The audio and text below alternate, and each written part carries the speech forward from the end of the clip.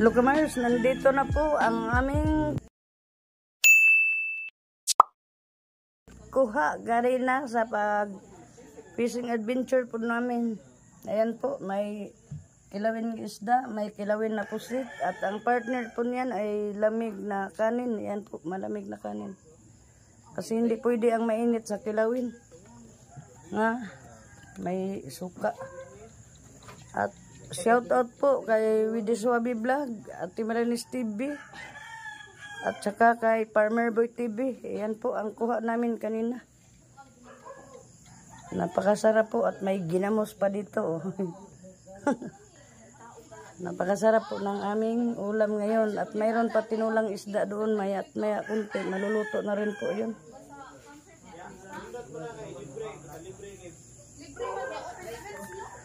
Ayan po.